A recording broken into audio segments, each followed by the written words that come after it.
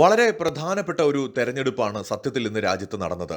മഹാരാഷ്ട്ര എന്ന് പറയുന്നത് വളരെയധികം പ്രധാനപ്പെട്ട ഒരു സ്റ്റേറ്റ് ആയിരുന്നു. മഹാരാഷ്ട്ര, ജാർഖണ്ഡ്, അതോടൊപ്പം തന്നെ നമ്മുടെ കേരളത്തിലെ വയനാട്, പാലക്കാട്, ചേലക്കര 3 മണ്ഡലങ്ങൾ. അതില് വയനാട് ലോക്സഭാ മണ്ഡലമാണ്. നമ്മുടെ പ്രിയങ്ക ഗാന്ധിയാണ് മത്സരിച്ചത്. അവിടെ പ്രിയങ്ക ഗാന്ധി വിജയിച്ചു. നല്ല ഭൂരിപക്ഷം ഉണ്ടാകുമെന്ന് നമ്മൾ പ്രതീക്ഷിച്ചതാണ്. ലോക്സഭയിലേക്ക് അങ്ങനെ പ്രിയങ്ക ഗാന്ധി എത്തുകയാണ്. 6 ലക്ഷത്തിലധികം വോട്ടുകൾ ഇതിനോടകം തന്നെ കിട്ടിയിട്ടുണ്ട്. രണ്ടാമത് LDF 2 ലക്ഷത്തോളം വോട്ട് നേടി. NDA 1 ലക്ഷത്തിന് മുകളിൽ വോട്ട് നേടിയിട്ടുണ്ട്. സോ എന്തായാലും പ്രിയങ്ക ഗാന്ധി വിജയം ഉറപ്പിച്ച ഒരു മണ്ഡലമാണ്. അപ്പോൾ അവിടുത്തെ കാര്യം കോൺഗ്രസിന് വിജയകരമായിട്ട് തന്നെ അവിടെ നിലനിർത്താൻ സാധിച്ചു എന്നത് പറയാം. പാലക്കാട് NDA വിജയിക്കുമെന്നൊക്കെയാണ് പറഞ്ഞിരുന്നതെങ്കിലും അമ്പെ പരാജയപ്പെടുന്ന ഒരു കാഴ്ചയാണ് കാണുന്നത്. വലിയ രീതിയിലുള്ള ഒരു പരാജയം ഉണ്ടായി. ഏകദേശം 40,000-അടുത്ത വോട്ടിലേക്ക് NDA ഒതുങ്ങി. ഒന്നാം സ്ഥാനത്ത് അവിടെ UDF ആണ്. നമ്മുടെ രാഹുൽ മാങ്കൂട്ടത്തിൽ നമ്മുടെ കോൺഗ്രസിൽ നിന്ന് വളരെയധികം ചുറുചുറുക്കോടെ ഉയർന്നു വരുന്ന ഒരു യുവ നേതാവാണ്. അദ്ദേഹം 58,000-ഓളം വോട്ടുകൾ നേടിയിട്ട് അവിടെ വിജയിച്ചു. വളരെ സ്ട്രോങ് ആയിട്ടുള്ള ഒരു ലീഡറായിട്ട് തന്നെയാണ് ഈ ഘട്ടത്തിൽ രാഹുൽ മാങ്കൂട്ടത്തലിനെ കാണാൻ കഴിയുന്നത്. അദ്ദേഹത്തിന് 58,000-ഓളം വോട്ടുകൾ കിട്ടി. LDF 3-ാം സ്ഥാനത്താണ്. എന്നിട്ടും 37,000-ഓളം വോട്ടുകൾ അവർ കിട്ടിയിട്ടുണ്ട്. അതായത് NDAയും LDFും തമ്മിലുള്ള ഒരു ഡിഫറൻസ് വളരെ ചെറുതായി മാറുന്ന ഒരു കാഴ്ചയാണ് പാലക്കാട് കാണുന്നത്. അതായത് പാലക്കാട് NDAക്ക് കനത്ത തിരിച്ചടി തന്നെയാണ് കിട്ടിയിരിക്കുന്നത്. ചേലക്കരയിൽ LDF 64,000-ഓളം വോട്ടുകൾ നേടിയിട്ടുണ്ട്. ഒന്നാമത് അവരാണ് എത്തിയത്. രണ്ടാം സ്ഥാനത്ത് എത്തിയത് UDF 52,000, മൂന്നാമത് NDA 33,000. തരക്കേടില്ലാത്ത വോട്ട് കിട്ടിയിട്ടുണ്ട്. സോ അവിടെ LDF ആണ് ജയിച്ചത്. പാലക്കാടും വയനാടും കോൺഗ്രസും ജയിച്ചു. കേരളത്തിൽ സംഭവിച്ച കാര്യങ്ങൾ ഇതാണ്. തീർച്ചയായും കേരള രാഷ്ട്രീയത്തിൽ കോൺഗ്രസിന് ഒരു മുൻതൂക്കം ഉണ്ടായിരിക്കുന്നു. ഒപ്പം NDAക്ക് വലിയ തിരിച്ചടി കേരളത്തിൽ ഉണ്ടായി എന്നുള്ളത് കാണാൻ കഴിയും. എന്നാൽ ദേശീയ തലത്തിൽ NDAക്ക് വലിയ മുന്നേറ്റം ഉണ്ടാക്കാൻ സാധിച്ചിരിക്കുന്നു എന്നതാണ് ഇപ്പോൾ നമുക്ക് കാണാൻ കഴിയുന്നത്. പ്രത്യേകിച്ച് മഹാരാഷ്ട്രയിലെ തെരഞ്ഞെടുപ്പ്.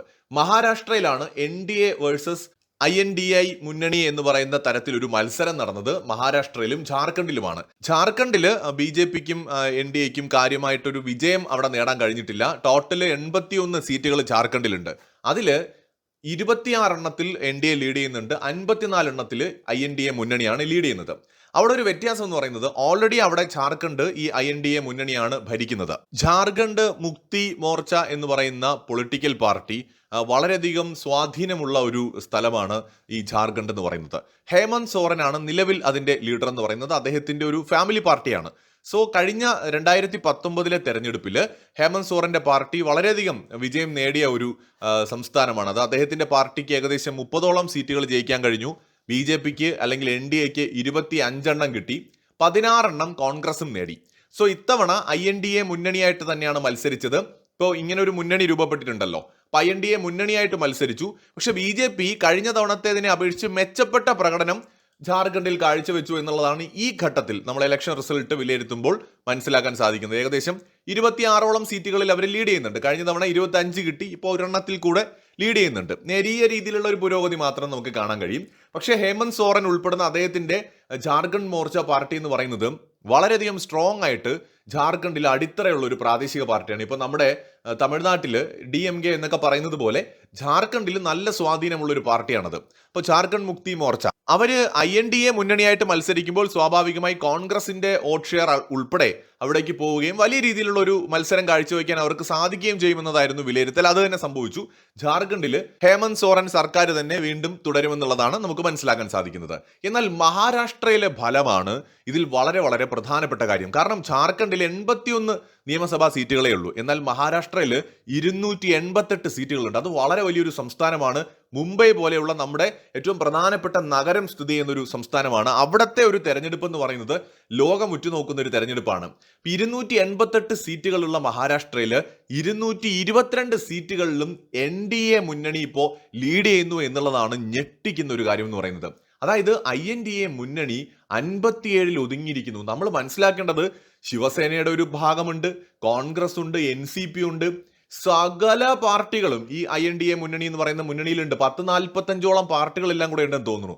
ഇതെല്ലാം കൂടെ ചേർന്നിട്ടും അവർക്ക് 57 മാത്രമേ എത്താൻ പറ്റുള്ളൂ എന്ന് പറയുമ്പോൾ മഹാരാഷ്ട്രയിലെ ജനങ്ങൾ സമ്പൂർണമായ ഒരു വിജയം ഇവിടെ ഇപ്പോൾ NDAക്ക് നൽകിയിരിക്കുകയാണ്. BJPക്കൊപ്പമുള്ള ഷിൻഡെ പക്ഷമായിട്ടുള്ള ശിവസേനയ്ക്കും നൽകിയിരിക്കുകയാണ്. ലോക്സഭാ തെരഞ്ഞെടുപ്പിന് ശേഷം നടക്കുന്ന വളരെ പ്രധാനപ്പെട്ട ഒരു തെരഞ്ഞെടുപ്പ് എന്ന നിലയ്ക്ക് 2024 തന്നെയാണ് നമുക്കറിയാം. കുറച്ചു മുമ്പാണ് ലോക്സഭാ തെരഞ്ഞെടുപ്പ് നടന്നത്. സോ അതിന്റെ തൊട്ട് പിന്നാലെ നടക്കുന്ന ഒരു തെരഞ്ഞെടുപ്പ് എന്ന നിലയിൽ രാജ്യത്തിലെ ഏറ്റവും പ്രധാനപ്പെട്ട ഒരു സംസ്ഥാനത്ത് ഭരണം നിലനിർത്താൻ കഴിഞ്ഞു എന്ന് പറയുമ്പോൾ അതൊരു ചെറിയ കാര്യമല്ല. ഇത് RSS ഇറങ്ങി കളിച്ചു എന്നതിന്റെ കൃത്യമായ തെളിവാണ്. കാരണം മഹാരാഷ്ട്രയിൽ അതിശക്തമായ വേരുകൾ RSSനുണ്ട്. RSS തെരഞ്ഞെടുപ്പ് പ്രചാരണത്തിൽ ഇറങ്ങിയിട്ടുണ്ട് എന്നതിന്റെ ഏറ്റവും വലിയ തെളിവാണ് മഹാരാഷ്ട്രയിലെ ഫലം എന്ന് പറയുന്നത്. 222 എന്ന് പറയുമ്പോൾ കംപ്ലീറ്റ് തൂത്തുവാരി എന്ന് പറയാവുന്നതിന് അത്രയും തന്നെ പറയാൻ പറ്റുന്ന തരത്തിലുള്ള ഒരു വിജയമാണ്. ടോട്ടൽ 288 സീറ്റുകളിൽ 222 മഹാരാഷ്ട്രയിൽ NDA നേടുക എന്ന് പറയുമ്പോൾ അതൊരു ചെറിയ വിജയമല്ല. ഒരുപക്ഷെ ഈ കഴിഞ്ഞ ലോക്സഭാ തെരഞ്ഞെടുപ്പിനേക്കാൾ മധുരമുള്ള ഒരു വിജയം NDAക്ക് കിട്ടിയിരിക്കുന്നു എന്ന് തന്നെ പറയാം. മാത്രമല്ല ഇനി അങ്ങോട്ടുള്ള തെരഞ്ഞെടുപ്പുകളിൽ വളരെയധികം ഇത് സ്വാധീനിക്കുമെന്ന കാര്യത്തിലും തർക്കമില്ല. വോട്ടെണ്ണൽ തുടങ്ങിയ സമയത്ത് രാവിലെ ഈ 2 സംസ്ഥാനങ്ങളിലും മുന്നിട്ട് നിന്നിരുന്നത് NDA ആണ്. എന്നാൽ പതിയെ INDA മുന്നണി ജാർഖണ്ഡിൽ വീണ്ടും ആ ഒരു അധികാരത്തിലേക്ക് എത്തുന്ന കാഴ്ചയാണ് കാണുന്നത്. അതായത് ഇപ്പോഴത്തെ ഈ തെരഞ്ഞെടുപ്പിൽ കാര്യമായ ഒരു മാറ്റവും പൊളിറ്റിക്കലി നമ്മൾ നോക്കിക്കഴിഞ്ഞാൽ ഒരു മാറ്റവും ഇന്ത്യയിൽ ഉണ്ടായിട്ടില്ല എന്ന് കാണാൻ കഴിയും.